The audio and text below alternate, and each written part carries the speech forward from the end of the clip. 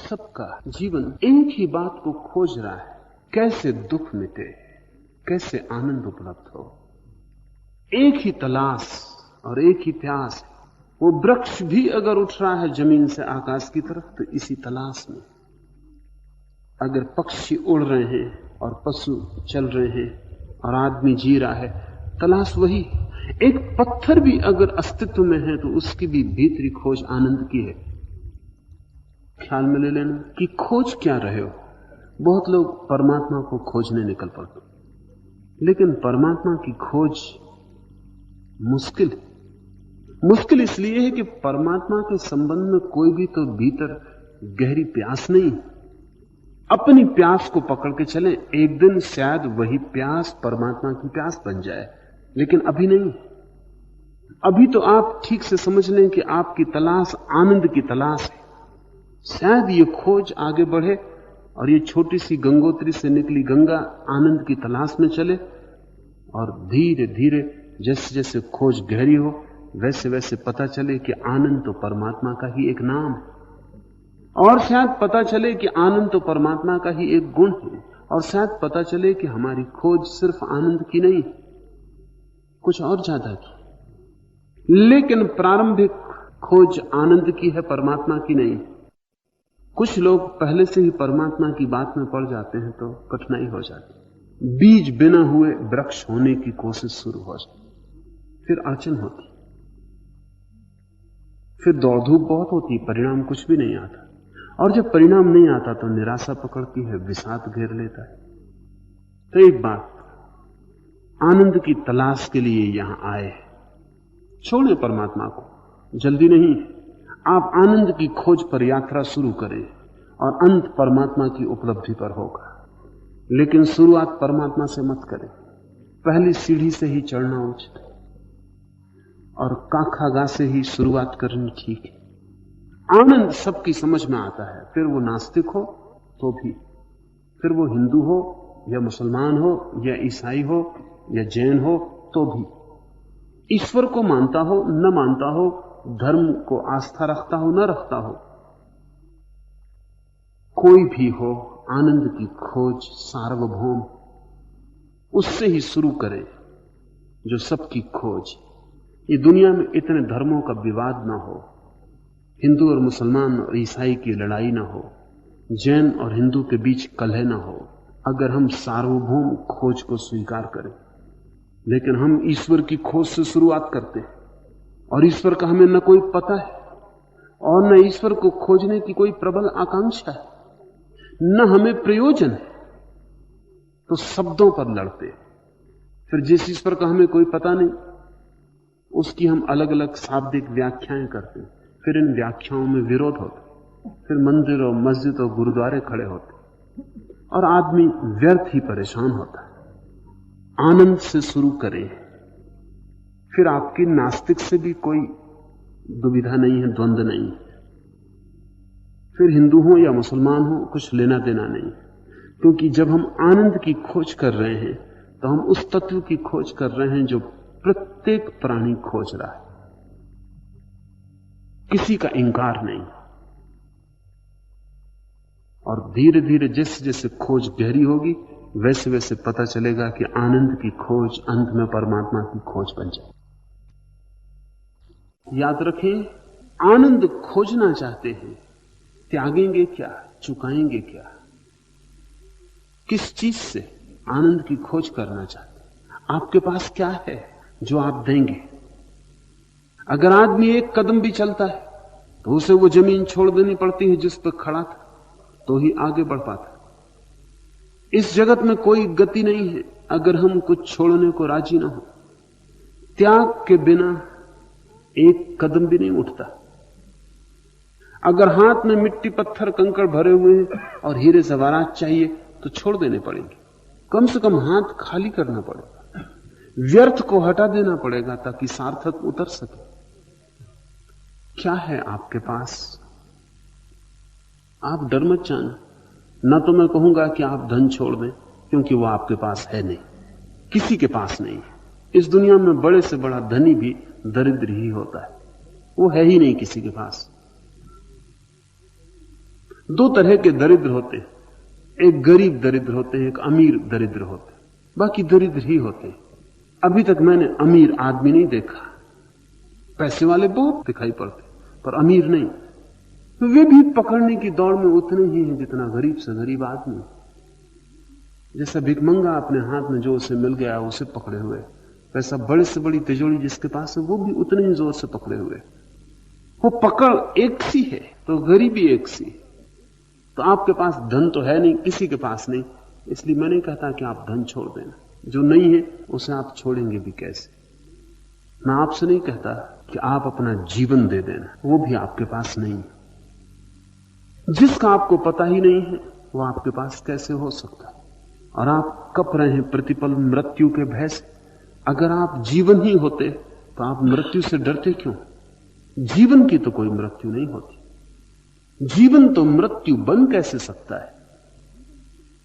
लेकिन आप कप रहे हैं मृत्यु से। प्रतिपल मौत आपको घेरे हुए, सब तरह से आप अपने को बचाने की कोशिश कर रहे हैं कि मैं मिट ना जाऊं, मर ना जाऊं, समाप्त ना हो जाऊं। जीवन भी आपके पास नहीं। इसलिए मैं आपसे ना कहूंगा कि जीवन दान कर दें, जो है ही नहीं उसका आप दान भी कैसे करेंगे। मैं तो आपसे वो मांगूंगा जो आपके पास है, और वो मांगूंगा जो सभी के पास है। जैसा मैंने कहा सभी की खोज है आनंद, ऐसी एक संपदा सभी के पास है और वो है दुख। वो आपके पास काफी, वो आपके पास जरूरत से ज्यादा। जन्मों जन्मों से आपने उसके अतिरिक्त और कुछ इकट्ठा ही नहीं किया है। आपके पास राशियां लग गई। गौरी शंकर छोटा पड़ जाए, आपने जो दुख के ढेर लगाए हैं वो उससे बड़े, वो भी शर्मा जाए, और शायद हिलेरी और तेंजिंग आपके दुख के ढेर पर चढ़ने में सफल न होगा। वो बड़े, वो जन्मों जन्मों की आपकी मेहनत है। आपने दुख के सिवाय कभी कुछ कमाया नहीं, आप अभी भी कमा रहे हैं। मैं आपसे चाहूंगा कि आप दुख छोड़ दें, आप दुख का त्याग कर दें। कोई आपसे दुख मांगता नहीं, मैं आपसे दुख मांगता हूं। और अगर आप दुख दे सके तो आनंद के लिए रास्ता निर्मित हो जाए। और अगर आप दुख छोड़ सके तो आपको पता लगे कि जो आप सोचते थे कि आप दुख में जी रहे हैं वो आपकी भ्रांति थी, और दुख ने आपको नहीं पकड़ा था, आपने ही दुख को पकड़ा हुआ था। मगर एक बार छोड़े तो ही पता चले कि कौन किसको पकड़े हुए। आप सदा यही पूछते रहते हैं दुख से कैसे छुटकारा हो। आपकी बातों से ऐसे लगता है जैसे दुख ने आपको पकड़ा है और छुटकारा चाहिए। अगर दुख आपको पकड़े हुए तो फिर आप छूट ना पाएंगे। फिर पकड़ ही आपके हाथ में नहीं है, दुख के हाथ में। फिर तो आप बेबस, असहाय, और जन्मों जन्मों से नहीं छूट पाए हैं तो अब कैसे छूट जाइएगा। मैं आपसे कहता हूं दुख ने आपको नहीं पकड़ा हुआ है, आप दुख को पकड़े हुए। और अगर आप राजी हुए तो आपको यह समझ में आ जाएगा, न केवल समझ में बल्कि आप छोड़ के भी अनुभव कर लेंगे कि यह छूटता है। और जब आप दुख को छोड़ने की कला में कुशल हो जाते हैं तब आपको पता लगता है कि जो भी आप ढो रहे थे उसके लिए आपके अतिरिक्त और कोई भी जिम्मेवार नहीं था, और आपने जो भी भोगा कोई और कसूरवार नहीं, यह आपकी मर्जी थी। आप दुख चाहते थे। जो हम चाहते हैं वही होता है, और जो भी आप हैं आप अपनी चाहों का फल है। न तो कोई परमात्मा जिम्मेवार है, न कोई भाग्य जिम्मेवार है, किसी को प्रयोजन नहीं है आपको दुखी करने के लिए। सच तो यह है कि यह पूरा अस्तित्व आपको आनंदित करने के लिए तत्पर है। यह पूरा अस्तित्व चाहता है कि आपका जीवन एक उत्सव बन जाए, क्योंकि जब आप दुखी होते हैं तो आप चारों तरफ दुख भी फेंकते। जब आप दुखी होते हैं तो आपके घाव की दुर्गंध सारे अस्तित्व में पहुंचती, और जब आप दुखी होते हैं तो यह अस्तित्व भी पीड़ा पाता है। यह सारा जगत आपके साथ पीड़ित होता है और आपके आनंद के साथ आनंदित होता है। कोई अस्तित्व की चाह नहीं है कि आप दुखी हों, क्योंकि यह तो अस्तित्व के लिए ही आत्मघात है। पर आप दुखी हैं, और दुखी होने में आपने कुछ व्यवस्था बना रखी, और उस व्यवस्था को जब तक आप न तोड़ दें तब तक आप कभी भी आनंद की तरफ आंख न खोल पाएंगे। आपकी व्यवस्था क्या है? मनुष्य की व्यवस्था क्या है? दुख संग्रहित करने की। वो कैसे इकट्ठा करता है समझने थोड़ा तो शायद छोड़ने में आसानी हो।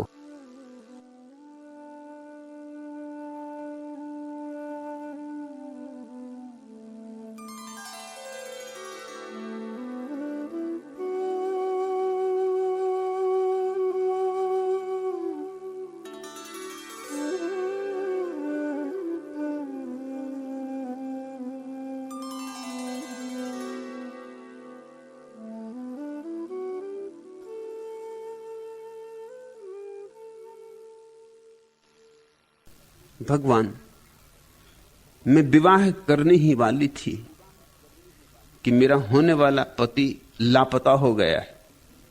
मैं बहुत दुखी हूं। सांत्वना की तलाश में आपके द्वार आई हूं। कमला, नाचो, पति समय पे लापता हो गया। उलझन बची, झंझट बची, पीछे बहुत पछतावा होता। लेकिन आदमी का मन ऐसा है कि जो नहीं है उसमें आकर्षण और जो है उसमें विकर्षण। गरीब सोचते हैं अमीर हो जाएं, अज्ञानी सोचते हैं ज्ञानी हो जाएं, भोगी सोचते हैं त्यागी हो जाएं, अविवाहित सोचते हैं विवाहित हो जाएं, विवाहित सोचते हैं मर जाएं, कैसे मर जाएं, कब मर जाएं। जो नहीं है उसकी तरफ दौड़ बनी रहती। तू बच गई। भगवान का हाथ रहा होगा, नहीं तो पति कुछ ऐसे लापता नहीं होते। सद्भाग्य। अब तू कहती सांत्वना दो। सांत्वना देने का तो अर्थ हुआ कि पहले मैं ये मान लूं कि तेरा जो दुख है वो दुख है, उसे मैं दुख नहीं मान सकता। क्योंकि जिनके विवाह हो गए हैं उनको सुख कहां। जरा चारों तरफ आंख उठा के देख, विवाहितों को देख। एक जोशी ने एक नवयुवक का भविष्य बताते हुए कहा, 25 वर्ष की आयु में तुम्हारा विवाह हो जाएगा। नवयुवक ने घबरा के कहा, लेकिन आपने अभी भी तो बताया था कि मैं कम से कम 50 वर्ष जीऊंगा। जिस दिन विवाह हुआ उसी दिन आदमी मर जाता है, फिर बचता कहां। ढब्बू जी चंदूलाल से पूछ रहे थे, चंदूलाल, कोई आदमी गलती कर अपनी गलती का इकरार कर ले तो उसे तुम क्या कहोगे? सत्यवादी, चंदूलाल ने कहा। और उसे जिसने गलती न की हो फिर भी स्वीकार कर ले, उसे तुम क्या कहोगे चंदूलाल? चंदूलाल ने कहा, शादीशुदा।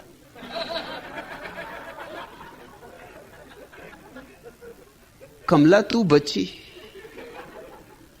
तू धन्यभागी।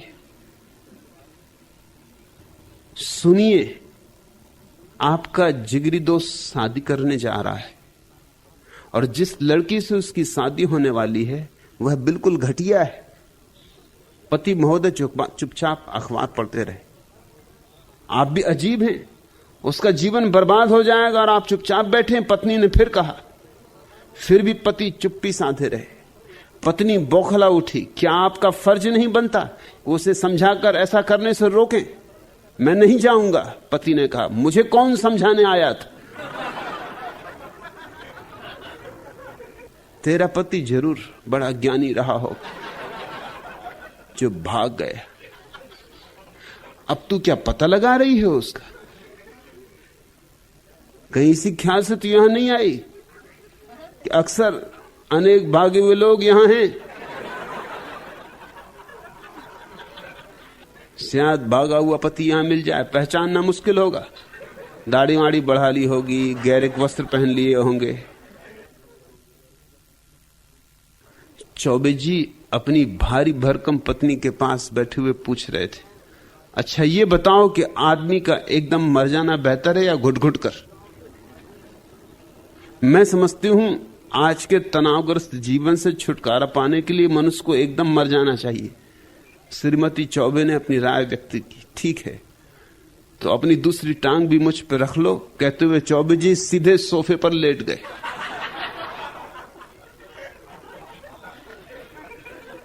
तू सांत्वना लेने किस आदमी के पास आ गई? किसी पंडित पुरोहित के पास जाना था तो तेरी जन्म पत्री, कुंडली इत्यादि देखते,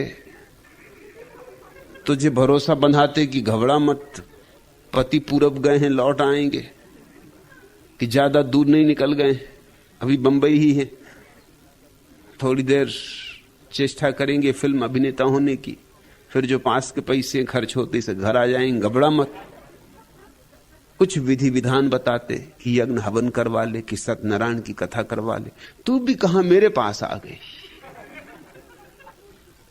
मैं तो इतना ही तुझसे कह सकता हूं कि अब उस जगह मत रहना जहां पति जानते हैं कि तू रहती, नहीं तो कहीं भूल चूक से लौट ही ना आए। जगह बदल ले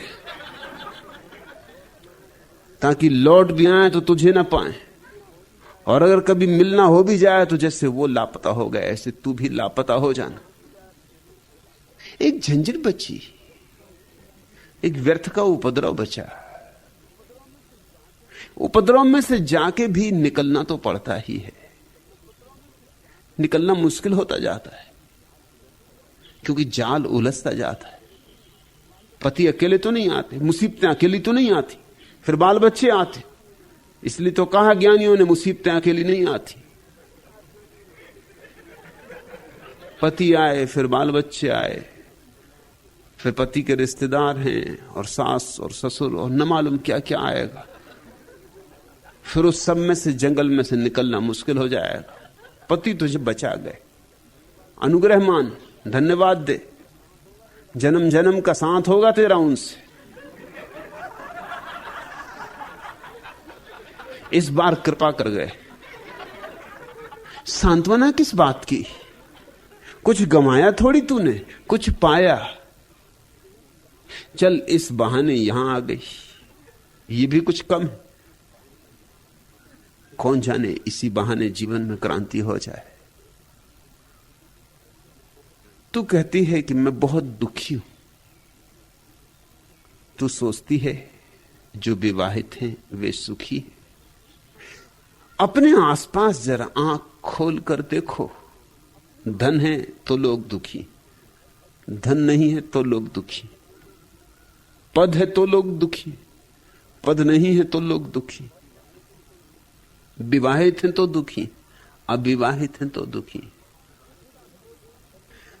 दुख का कोई संबंध बाहर से नहीं है, बाहर की परिस्थिति से नहीं है। दुख का कोई उत्तरदायित्व तो बाहर मत छोड़ो।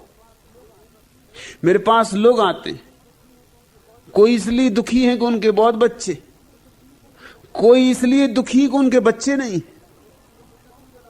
मैं कहता हूं तुम दोनों जरा आपस में बातचीत करो, सत्संग करो, 2-4 दिन के लिए घर बदल लो।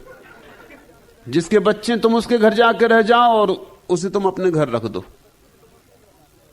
तब तुम्हें थोड़ी अकल आ जाएगी कि तुम जिन बच्चों के लिए तड़फे जा रहे हो वो बच्चे कैसा उपद्रव ले आते, और वो जो बच्चों से तड़पा जा रहा है उसे जरा एकांत में रहने दो 2-4 दिन। वो भी घबरा जाएगा क्योंकि एकांत में रहने की क्षमता भी नहीं, अकेलापन काटता है। चारों तरफ नजर फैलाओ। बुद्धिमान आदमी वह है जो दूसरों को देख के समझ ले। बुद्धिहीन वह है जो खुद भी गुजर गुजर के ना समझे। जिंदगी बड़ी है, इसमें अगर हर अनुभव करके ही तुम्हें समझना है तो और बहुत बहुत जन्म लग जाएंगे, फिर भी शायद समझ ना हो पाएगी। समझदार तो दूसरे को देख के समझ लेता है, चारों तरफ नजर खोलता है, देखता है कि जिनके पास है उनको क्या है। तब फिर अगर मेरे पास नहीं है तो इस कारण दुख नहीं हो सकता। कारण दुख का कोई और होगा। ना तो पति की मौजूदगी से दुख होता है, ना पति के लापता हो जाने से दुख होता है। दुख तो हमारा आत्म अज्ञान है। तुम झूठे बहाने मत खोजो। दुख तो सिर्फ इसलिए होता है कि हमारे भीतर अभी दिया नहीं जला, ध्यान का दिया नहीं जला, ज्योति नहीं चली ध्यान की। ध्यान की रोशनी है सुख, आत्मज्ञान की अनुभूति है सुख। जिन्होंने अपने को जाना है बस उन्होंने सुख जाना है। से सब लोग तो दुख ही जानते हैं, दुख में ही जीते हैं, दुख में ही मरते हैं। फिर दुख के कारण अलग अलग हो सकते हैं। कोई इस गड्ढे में गिरे, कोई उस गड्ढे में गिरे, इससे क्या फर्क पड़ता है। कोई इस भट्टी में जले, कोई उस भट्टी में जले, इससे क्या फर्क पड़ता है। एक आदमी मरा, राजनेता था, दिल्ली का बड़ा नेता था, बहुत चकित हुआ जब उसे नरक ले जाया गया। उसने कहा कि नरक, मैं वीवीआईपी हूं, नरक मेरे लिए? कुछ भूल चूक हो गई होगी। शैतान भी थोड़ा डरा। वीवीआईपी,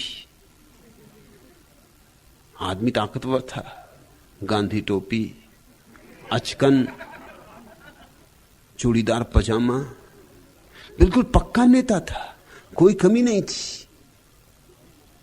और नेताओं से नरक में भी शैतान डरता है, क्योंकि हड़ताल करवा दें, घेराबंदी करवा दें। अभी कुछ दिनों से शैतान तक का घेराव होने लगा है। पुराने शास्त्रों में उल्लेख नहीं, क्योंकि पुराने शास्त्रों में ये नई नई कलाएं विकसित नहीं हुई थी, तब तो नेताओं को भी संभाल के रखना पड़ता। उसने कहा आप घबराएं ना, आप विशिष्ट आदमी हैं, आपके विशिष्ट आयोजन करेंगे, आप आए, आपके लिए विशिष्ट सुविधा दी जाएगी। आप खुद देख लें, नरक के कई खंड हैं, जो खंड आपको पसंद आ जाए वहीं रहें। नेता प्रसन्न हुए। ये बात कुछ बात हुई। नरक भी है तो कोई बात नहीं, लेकिन विशिष्ट चुनाव का मौका है, कोई साधारण आदमी नहीं। पहले खंड में ले जाया गया, लोग जलाए जा रहे थे, कढ़ाओं में चुड़ाए जा रहे थे। नेता ने कहा कि नहीं, ये नहीं जमेगा। ये सब तो हम दिल्ली में बहुत देख चुके, किसी तरह तो दिल्ली से बचे, अब फिर कढ़ाई में जलना ये नहीं होगा। दूसरे खंड में ले जाया गया, वहां कीड़े मकोड़े, एकदम कीड़े मकोड़े ही कीड़े मकोड़े, लोगों में घुस रहे, निकल रहे, बाहर आ रहे, भीतर जा रहे, छेद ही छेद। नेता ने कहा ये सब दिल्ली की पुनरुक्ति है, कुछ नया दिखलाओ। ऐसे कई खंड दिखलाए, नेता को कुछ जचा नहीं। फिर आखिरी खंड, एक तो आखिरी था वो, अब इसके आगे कुछ था भी नहीं और जचा भी। थोड़ी अड़चन थी उसमें, मगर जिसने दिल्ली देखी उसे क्या अड़चन, छोटी अड़चन का क्या रखा है, ये सब तो खेल खिलाड़ था। अड़चन इतनी थी कि लोग खड़े थे मलमूत्र में, घुटने घुटने तक। तो नेता ने कहा इससे हम डरते नहीं, हम तो सौमूत्र पहले पीते थे, ये कुछ हमारा बिगाड़ नहीं सकता, ये ठीक है। तो हम पहले से ही जीवन जल के परिपोषक रहे, ये जगह जमेगी, ये जैसे अपने लिए ही बनाई गई। जरा एक कदम और आगे है, मूत्र तो है ही, मल भी है, एक कदम और आगे, ये जरा आगे की सीढ़ी, ये जरा और सिद्धों के लिए, मगर जमेगी। और लोग प्यालियों में काफी पी रहे थे, खड़े थे घुटने घुटने उसमें। नेता ने कहा कि ठीक, थोड़ी सी तकलीफ, घुटने घुटने मलमूत्र में खड़े होना, मगर यहां मजा ही मजा है। लोग, कोई काफी पी रहा है, कोई कोको कोला पी रहा है। नेता ने कहा ये भी अच्छा है, दिल्ली में कोका कोला भी मिलना बंद हो गया था। जो जिसका दिल हो, अपने अपनी मौज के लोग, कोई फेंटा पी रहा है,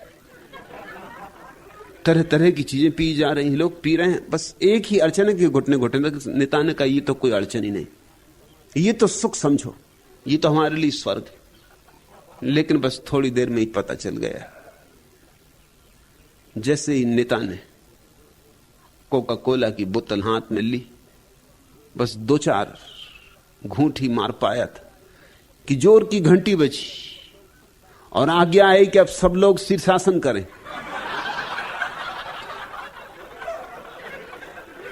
तब पता चला कि नरक में कहीं भी जाओ, नरक ही है।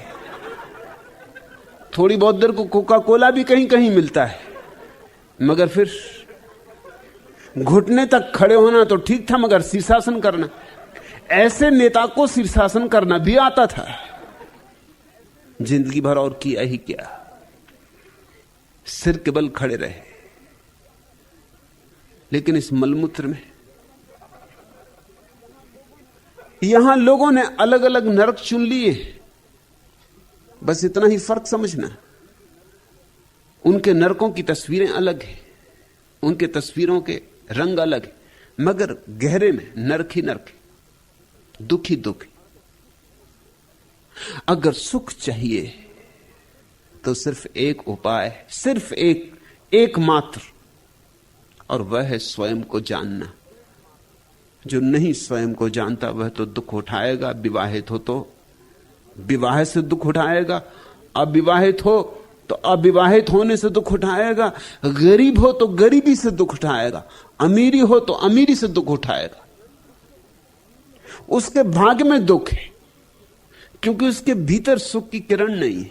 सुख भीतर की घटना है, बाहर से नहीं आता, इसका कोई बहिर्गमन नहीं होता।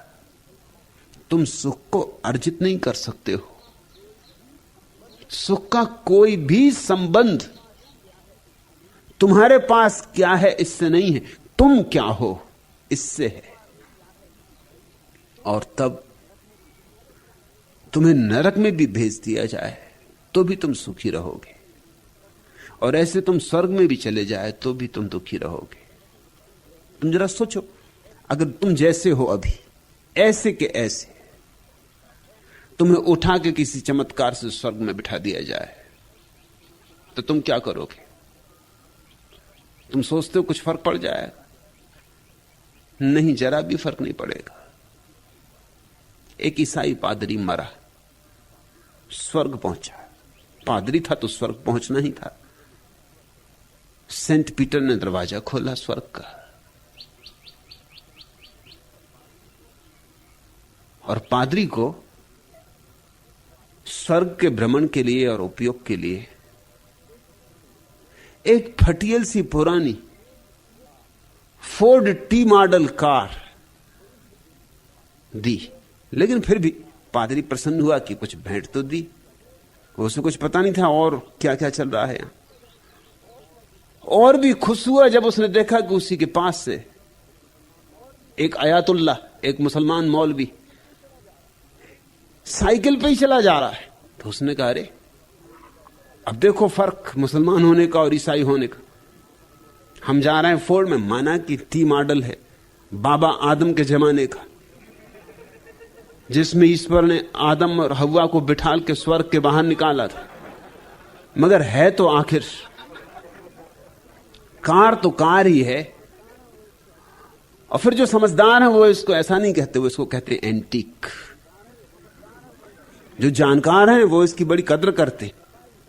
तभी उसने देखा है कि रबाई फर्र से एक रोल्स रॉयस में निकला। उसने कहा, ये यहूदी मात यहां भी किए दे रहे हैं, ये जिंदगी में भी मजा करते रहे, वहां भी धन इकट्ठा करते रहे। रबाई तो पूरे मजे में जीता है, शादी भी करता है, बच्चे भी होते हैं, मकान भी होता है, धन दौलत भी होती है। रबाई कोई ऐसे कोई त्यागी भोग को छोड़ छाड़ के भागा हुआ नहीं होता। ये तो हद हो गई, और ये तो बड़ी जाति हो गई। और हम जीसस के मानने वाले पहुंचा एकदम वो नाराजगी में, ईर्ष्या जन्मी। तुम देखते हो, तुम जो यहां हो वहीं वहां हो जाएगा। किसी को साइकिल पर देख के बड़ा अहंकार जन्मा था, आहा दिल खुश हुआ था। और रबाई को देखा रोल्स रॉयस में जाते हुए, और रबाई ने हाथ हिलाया। पुरानी पहचान थी, एक ही गांव में दोनों रहे थे। आग लग गई छाती में। अब उसे दिखाई पड़ी ये एंटीक वगैरह कुछ नहीं, ये फटियल गाड़ी। पहुंचा वापस, सेंट पीटर से कहा कि यह अन्याय हो रहा है। ये यहूदी दुनिया में भी मजा करते रहे, सारी दुनिया का धन इकट्ठा किए बैठे थे। और ये रबाई मैं इसे भली भांति जानता हूं, न कभी इसने पूजा की, न कभी प्रार्थना की, इसको फुर्सत ही नहीं थी। होटल, क्लब, गोल्फ और न मालूम कहां कहां के उपद्रवों में ये रहा। इसने ऐसा कोई पाप नहीं है जो ना किया हो। ये मेरे सामने तो रहता था, इसको मैं भली भांति जानता हूं। हम पूजा कर करके मरे, और ये फोर्ड टी मॉडल, और इस लफंगे को रोल्स रॉयस। सेंट पीटर ने कहा, धीरे आहिस्ता बोलो, वो परमात्मा का निकट रिश्तेदार है। और तुम्हें याद होना चाहिए कि जीसस भी यहूदी थे, उनका भी वो निकट रिश्तेदार है। हम तो बहुत पीछे आए, बाकी दूसरे लोग तो बहुत पीछे आए। पादरी ने छाती पीट ली तो उसने कहा, यहां भी रिश्तेदारी चलती है, भाई भतीजावाद नहीं। तुम अगर एकदम से ऐसे कैसे उठा के स्वर्ग भी पहुंचा दिए जाओ तो तुम यही हो, यही रहोगे। यही ईर्षाएं, यही वैमनस्य, यही द्वेष, यही स्पर्धाएं तुम्हें वहां भी घेर लेंगी। तुम सुख न पा सकोगे। और तुम अगर अपने अंतस्तर में विराजमान हो जाओ, ध्यानस्थ हो जाओ, तो स्वर्ग यहीं उतर आएगा। स्वर्ग कहीं और थोड़ी है, नरक कहीं और थोड़ी है, ये कोई भौगोलिक स्थितियां थोड़ी हैं। स्वर्ग और नरक तुम्हारी मनोदशाएं। स्वर्ग है स्वज्ञान और नरक है स्व अज्ञान। तू कहती मैं बहुत दुखी हूं। कमला व्यर्थ दुखी है। कीचड़ से बच गई, अब तेरा नाम कमला है, कमल बन। पति भाग गया, धन्यवाद दे, सदा सदा के लिए अनुग्रह मान। कभी मिल जाए तो चरण छूना, कहना गुरुदेव, हे सदगुरु, तुम्हारी अपरंपार कृपा। ठीक समय रहते तुम भाग गए, और जरा देर हो जाती और घोड़े पे चढ़ जाते, बैंड बाजे बच जाते, तो फिर बचना मुश्किल हो जाता। स्त्रियों का बचना तो और भी मुश्किल हो जाता है, क्योंकि पुरुषों ने उन्हें ऐसा दीन कर दिया है। सदियों सदियों तक उन्हें शिक्षा नहीं दी, क्योंकि शिक्षित हो जाएं तो स्वतंत्र हो जाएं। सदियों सदियों तक उन्हें काम नहीं करने दिया दुनिया में, रोटी रोजी नहीं कमानी थी, क्योंकि वे रोटी रोजी कमाने लगे तो फिर पति की जो मालकियत है वो कहां टिके। जब पत्नी खुद रोटी रोजी कमाने लगे तो फिर इतनी निर्भर नहीं रह जाती। फिर वो ये नहीं कहेगी कि मैं तुम्हारे चरणों की दासी, किस लिए कहेगी। और अगर तुमसे ज्यादा कमाए तो फिर तुम्ही को लिखना पड़े तुम्हारे चरणों का दास। कोई पति पसंद नहीं करता अपने से ज्यादा पढ़ी लिखी लड़की से विवाह करना, कोई पुरुष पसंद नहीं करता, क्योंकि उसमें बड़ी हीनता मालूम होती। कोई पुरुष पसंद नहीं करता कि पत्नी उससे ज्यादा कमाए, क्योंकि तब उसके अहंकार को चोट लगती। तुम्हारा होने वाला पति भाग गया, अच्छा हुआ। सांत्वना मत खोजो, सत्य खोजो। इस अवसर का उपयोग कर लो। इस अवसर को अंतर यात्रा के लिए चुनौती बना लो। पति से तो विवाह चूक गया, क्यों ना परमात्मा से विवाह कर लें, क्यों ना अब महासगाई हो जाए। तो कमला तू कमल हो जाए। कीचड़ में कमल छिपा है, कोई सोच भी नहीं सकता कि कीचड़ में और कमल छिपा होगा। कहां कीचड़ कहां कमल, मगर कीचड़ से कमल पैदा होता है। ऐसे ही हम सबके भीतर कमल छिपे। कीचड़ भी रहे तो कीचड़ ही रह के मर जाएंगे, कमल भी हो सकते, लेकिन ये कमल चैतन्य के कमल है। ये कमल ध्यान की ही ऊर्जा से खिल सकते। ध्यान का सूरज ही निकले तुम्हारे भीतर तो। और ध्यान का अर्थ क्या है? निर्विचार, मौन, शांत, ऐसी चैतन्य की अवस्था कि जहां कोई हलचल ना हो, कोई चहल पहल ना हो, कोई तरंगे ना हो। ऐसा ही अगर कर पाओ तो महासगाई हो जाए। अब मौका ही आ गया। अब क्या छोटे मोटे किसी की दुल्हन बनना, राम की दुल्हनिया बनो। अब राम से ही हो जाए गठबंधन। सांत्वना नहीं दूंगा, सांत्वना मैं किसी को भी नहीं देता। सांत्वना जो दे वो दुश्मन है, क्योंकि वो मलहम पट्टी कर देता। मेरा भरोसा सर्जरी में, मलहम पट्टी में नहीं। इस जगत का सारा प्यार नश्वर है, दो कौड़ी का है। तुम प्यार नहीं कर पाओगे, तुम नश्वर हो तो भावों में अमरत्व कहां से लाओगे? तुम प्यार नहीं कर पाओगे। पथरीली है यह प्रेम डगर, कोमलतम जग के नारी नर। कुछ पहले ही दम तोड़ गए, कुछ बैठ गए थोड़ा चलकर। प्रीतम इस पथ में पांव न दो, चलते चलते थक जाओगे। मैं आज प्रणय पथ में आई, मन में सुख के सपने लाई, पर इसका कुछ भी ठीक नहीं, कल कौन तुम्हारे मन भाई, यह ज्ञात नहीं इस जीवन में तुम किस किस के कहलाओगे। मानव का मन ही है चंचल, अपने से भी करता है छल, दो छींटों से बुझ जाता है विक्षिप्त धधकता विरहानल। तुम भी तृणवत मन की गति के हलकोरों में बह जाओगे। मैं तुमसे प्रीतम कहती हूं, तुम ज्यादा हो कम कहती हूं। मैं किंतु प्रणय के बंधन को सच पूछो तो भ्रम कहती हूं। तुम सुख के सुंदर धोखे में उर को कब तक उलझाओगे, तुम प्यार नहीं कर पाओगे। तुम नश्वर हो तो भावों में अमरत्व कहां से लाओगे, तुम प्यार नहीं कर पाओगे। स्वप्न है प्रेम एक, स्वप्न शाश्वत का, स्वप्न है इस तरह जीने का जैसे कि ज्ञानी जिए ध्यानी जिए। स्वप्न है सुंदरतम को पाने का, मगर कहां तुम पानी के बबूलों में सुंदरतम को पाओगे। हां, कभी कभी सूरज की किसी किरण में पानी का कोई बबूला इंद्रधनुष जैसा चमक जाए क्षण भर को, बात और, मगर अब फूटा तब फूटा। रेत की इस दुनिया में घर कैसे बनाओगे। हां, बनाते हैं घर, बच्चे बनाते हैं घर, मगर उन घरों में कोई रह तो नहीं पाता, और वे घर बन भी नहीं पाते और गिर जाते। कागज की नावों में तैरने चले हो, नावें कागज की बस नावें कहलाती हैं, नावें हैं नहीं। और हो सकता है थोड़े बहुत तर भी जाओ, मगर कितने दूर तर पाओगे।